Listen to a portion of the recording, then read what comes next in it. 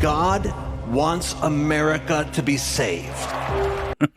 Rob Reiner thinks no, he doesn't. Rob Reiner wants America to stay lost and damned.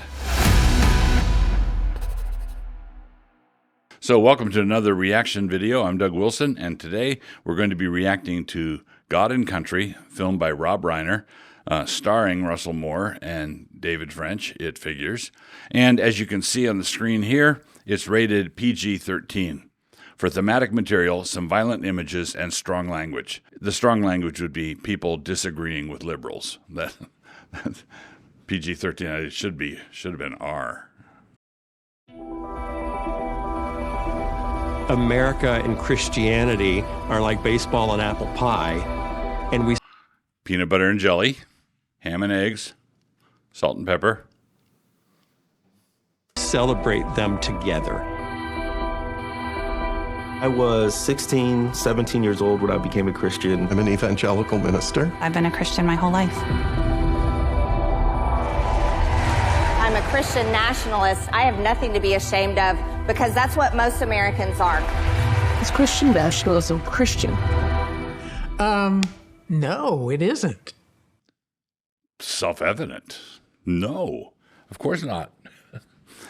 It disagrees with the establishment, with the established assumptions that we're appealing to. Notice the people earlier that were just sitting there, cut away, cut away, cut away. They're just sitting quietly, not saying a word. Wisdom radiating from them like heat from a wood stove. We should be blazing forth as a countercultural example, and instead, Jesus was a refugee. Okay. From what to what? What was he fleeing? He was fleeing a country.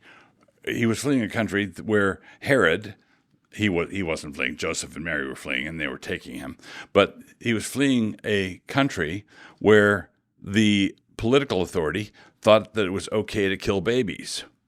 And if someone had introduced a measure that would outlaw Herod the Great killing babies, would that have been Christian nationalism? Was the Holy Family fleeing from Christian nationalism, or were they fleeing from something that Christian nationalism would oppose, like our opposition to Roe? we're leading the charge of malice and division. Jesus was a refugee. Malice and division. Was it malice and division for Joseph and Mary and Jesus to go to Egypt? Wasn't that division? Weren't they putting distance between themselves and the baby-killing king? Isn't that division? Isn't that separation? Isn't that exclusion? Christian nationalism uses Christianity as a means to an end, that end being some form of authoritarianism. Some form of authoritarianism. Who is it that is telling me, where are all the commands coming from? The authoritarianism is the authoritarianism that won't let me just throw stuff in the garbage. I've got to sort my garbage.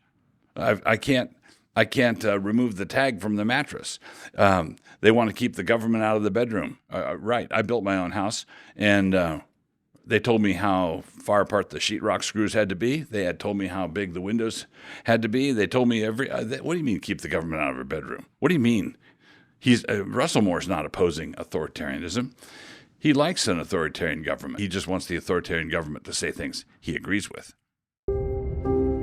I like how they drive up and down the streets taking pictures of churches instead of going into them and worshiping. Being a Christian is about the values of inclusion.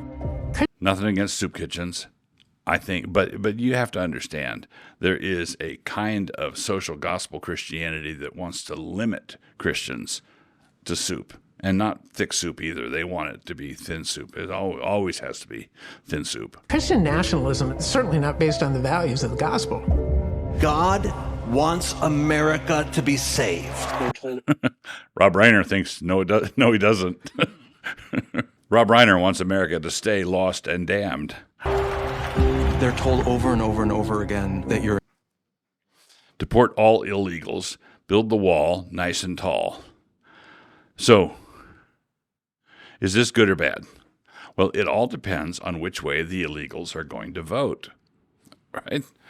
If the illegals were coming across and registering, let's say, at a 70% Republican rate, I wonder, the wall would be built by now. In danger. You need to fight if you don't want to lose. Okay, that guy getting arrested there. What was he getting arrested for? Why was he being arrested? His daughter had been attacked, assaulted, molested, and he was protesting this at a school board meeting. Huh? It's your country. We are in a civil war between good and evil. This is not a movement about Christian values. This is about Christian power. What happens to the people who don't believe this stuff? What happens to us when we don't believe your stuff, right? I'm the pastor of a church where people got arrested for not believing the stuff. Look, this is obviously taken out of context. This is a skirmish over who was next for the restroom. Come on, don't politicize everything. We are on the precipice. God is on our side. We're taking our nation back. The thing that keeps me up at night. Wait, is this Catholic or Protestant? What is this? Night is that we lose democracy. Hangman's Noose? Jolly Roger? I don't know where I am anymore. Does that seem possible? Yes. This is a hate march to be distinguished from the love march to come.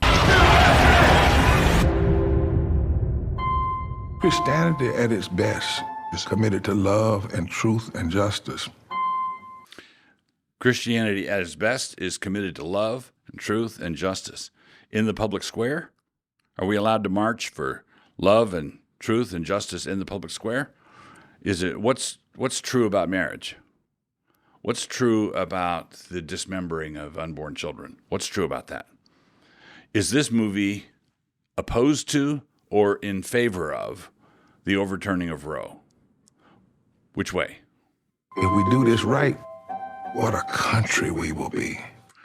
If we integrate Christianity and politics the right way, which is, in summary, the way he thinks, if we combine it in the right way, then we will have the good kind of Christian nationalism, liberal Christian nationalism, deracinated Christian nationalism, etiolated Christian nationalism with all the Christian stuff emptied out.